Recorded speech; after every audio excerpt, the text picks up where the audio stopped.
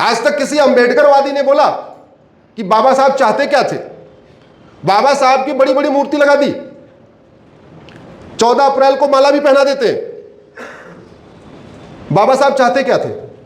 बाबा साहब चाहते थे भारत में यूनिफॉर्म एजुकेशन हो, बाबा साहब चाहते थे भारत में यूनिफॉर्म सिविल कोड हो, और बाबा साहब चाहते थे भारत में ड्रग के खिलाफ कठोर कानून बने। उनका यह कहना था कि दलितों का जो पिछड़ापन है तभी दूर होगा जब भारत में नशाबंदी शराबबंदी होगी। और आर्टिकल 47 बाबा साहब स्पेशली इसलिए लेके आए, हालांकि गांधी जी भी यही चाहते थे और लोग भी यही चाहते थे, लेकिन आर्टिकल 47 कहता नशाबंदी होनी चाहिए, शराबबंदी होनी चाहिए। ये गांधी जी भी चाहते थे, बाबा साहब अंबेडकर भी चाहते थे। किसी अंबेडकरवादी ने संसद विधानसभा में कहा आर्टिकल 47 लागू करो, नशाबंदी शराबबंदी लागू करो, बोला क्या? जोर से बोलिए। इसका मतलब ये भी जुमला है। हाँ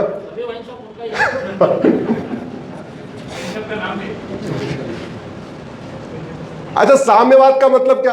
ये जो वामपंथी है, वामपंथ का मतलब क्या है? साम्यवाद का मतलब क्या है? साम्यवाद का मतलब है शोषण रहित समाज, समतामूलक समाज। इसी कॉन्सेप्ट वहीं से आया, इक्वलिटी के बेस पे समाज। समता, समानता, समरसता में जो सबसे बड़ी बाधा क्या है? वो है करप्शन।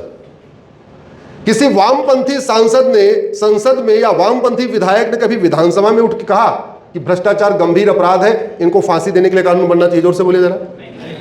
इसका मतलब ये सब वामपंथ भी एक जुमला है। ये जुमले चल रहे हैं, और चूंकि हमको जुमले अच्छे लगते हैं, हम भी जुमले में ताली बजा रहे। बोल दिया मजहब नहीं सिखाता आपस में बैर रखना। वाह वाह वाह वाह, क्या बात है। अरे पूरी दुनिया में झगड़ा किसका चल रहा है? जोर से बोलो जरा। पूरी दुनिया में धर्म का झगड़ा है या रिलीजन का? क्या धर्म? मेरी PIL चल रही है, आप लोग गूगल करना, धर्म रिलीजन अश्विनी उपाध्याय। मैंने कहा है कि हमारे 99% लोगों को धर्म और रिलीजन का अंतर नहीं पता, इसलिए प्राइमरी में एक चैप्टर डालिए, व्हाट इज धर्म, व्हाट इज रिलीजन। उसमें मैंने 20 भेद बताए हैं। धर्म और रिलीजन के बीच में 20 अंतर होता है। मोटा मोटा आपको बता दे रहा हूं। एक जो सबसे मेन कहते हैं समरी, धर्म जोड़ता है, रिलीजन तोड़ता है। धर्म यूनाइट्स, रिलीजन डिवाइड्स। और हम धर्म को रिलीजन मान के बैठे, रिलीजन को धर्म मान के बैठे हुए। सर्वधर्म संभाव, सबसे बड़ा फ्रॉड, फिर भी बोले जा रहे। मजहब नहीं सिखाता आपस में बैर रखना, सबसे बड़ा फ्रॉड, फिर भी बोले जा रहे।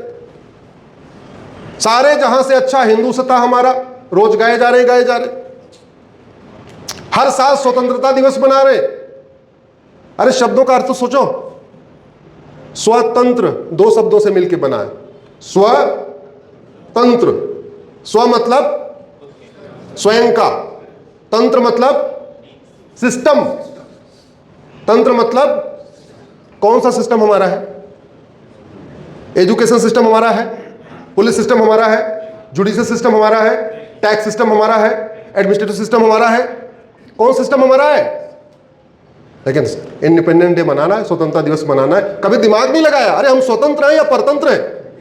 गुलामी का नाम चल रहा है, गुलामी का निशान चल रहा है, गुलामी की कुरीतियां चल रही, गुलामी की कुप्रथाएं चल रही, गुलामी की शिक्षा, गुलामी की पुलिस व्यवस्था, गुलामी की न्यायिक व्यवस्था, गुलामी की प्रशासनिक व्यवस्था, सब कुछ गुलामी वाला।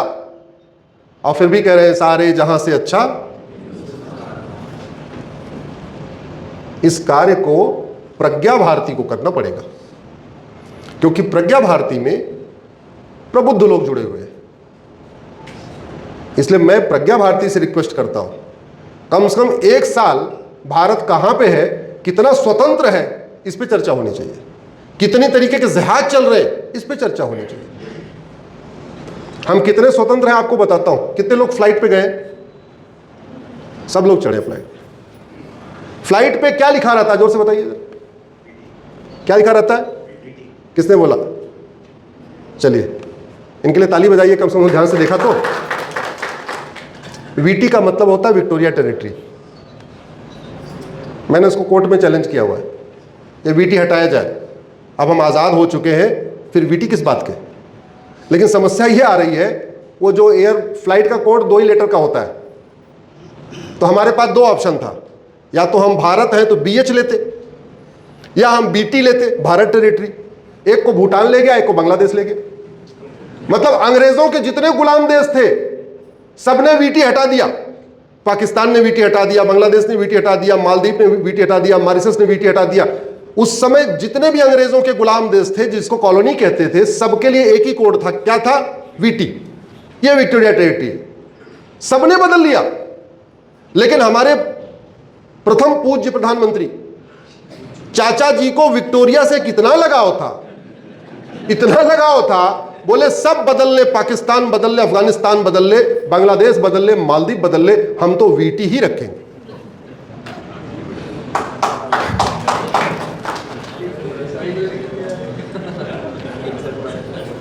लैंड जिहाद हमारे लिए बहुत बड़ा खतरा है, क्योंकि उस जमीन का उपयोग धर्मांतरण के लिए किया जा रहा है, उस जमीन का उपयोग अराजकता के लिए किया जा रहा है। उस जमीन पे जो स्कूल खुल रहे हैं वहां हिंदुओं के प्रति नफरत सिखाई जा रही है। उस जमीन पे जो स्कूल, जो उस जमीन का उपयोग किसी भी तरीके से हो रहा है, चाहे वहां पे स्कूल खुल रहा है या कुछ अलग खुल रहा है, लेकिन वो हमारे लिए अच्छा नहीं है।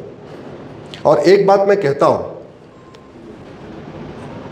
भारत में ये तब तक संविधान चलेगा जब तक हिंदू बहुसंख्यक है। हिंदू जहां खत्म हो गए हैं वहां ये संविधान काम नहीं करता। भारत के 9 राज्यों में हिंदू खत्म हो चुके हैं। 800 जिलों में से 200 जिलों में खत्म हो गए, 6000 तहसीलों में से 1500 तहसीलों में खत्म हो गए। उन 9 राज्यों में, 200 जिलों में, 1500 तहसीलों में संविधान काम नहीं करता। वहां क्या स्थिति है हिंदुओं की मुझे पता है। उन 9 राज्यों में, 200 जिलों में, 1500 तहसीलों में सेकुलरिज्म काम नहीं करता, वहां लोकतंत्र काम नहीं करता, वहां सारे बूथ सेंसिटिव और हाई सेंसिटिव कहलाते हैं। इलेक्शन कमीशन का आंकड़ा है। एक बार मैं इलेक्शन कमीशन के किसी रिटायर्ड इलेक्शन कमिश्नर से बात कर रहा था। हमने कहा सर ये जो सेंसिटिव बूथ और हाई सेंसिटिव बूथ आप बनाते हो, इसका पैरामीटर क्या है? कैसे कहते हो कि ये वाला सेंसिटिव बूथ है, ये वाला नॉर्मल बूथ? नाम नहीं बताऊंगा, लेकिन उन्होंने जो बात बताई बड़ी चौंकाने वाली है। बोले जहां हिंदू 70% हो जाते हैं वो बूथ सेंसिटिव बूथ हो जाता है, और जहां हिंदू 50% हो जाते हैं वो बूथ हाई सेंसिटिव बूथ हो जाता है।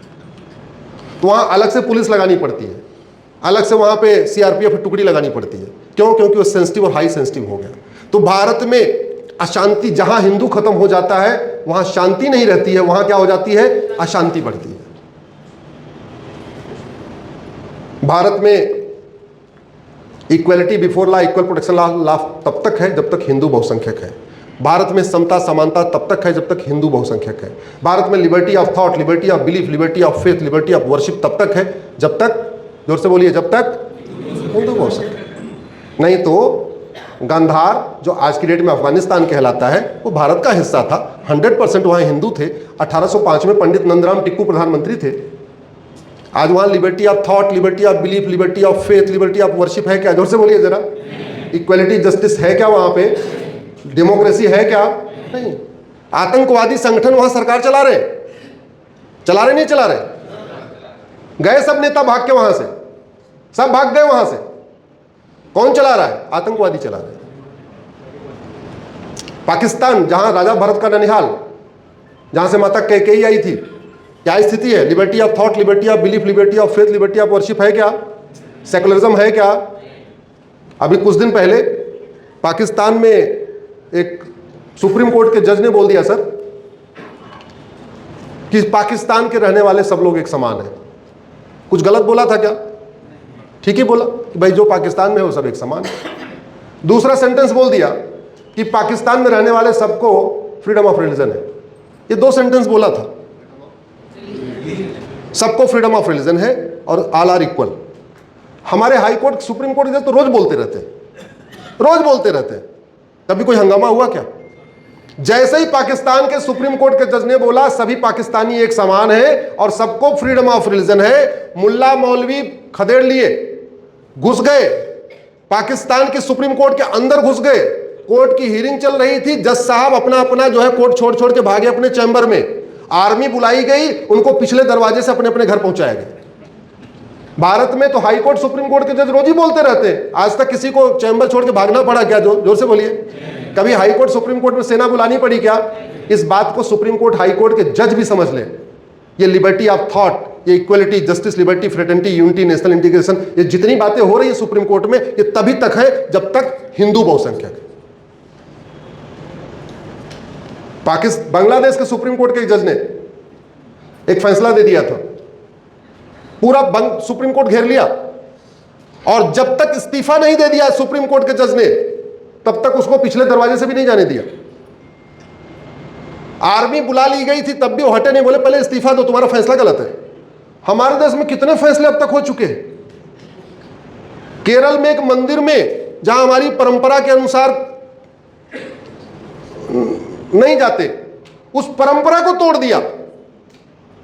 सबरीमाला, किसी ने सुप्रीम कोर्ट के जजों को दौड़ाया क्या? जोर से बोलिए, नहीं दौड़ाया।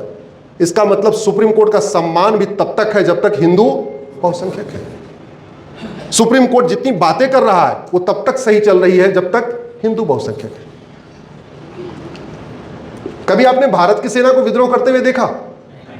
पाकिस्तान की सेना विद्रोह करती है कि नहीं करती है? बांग्लादेश की सेना विद्रोह करती है कि नहीं करती? अफगानिस्तान की सेना विद्रोह करती है कि नहीं करती? भारत की सेना विद्रोह करती है? नहीं। भारत के सभी नेता अच्छी तरीके समझ ले, ये लोकतंत्र तब तक है, आपकी लोकशाही तब तक है जब तक हिंदू बहुसंख्यक है।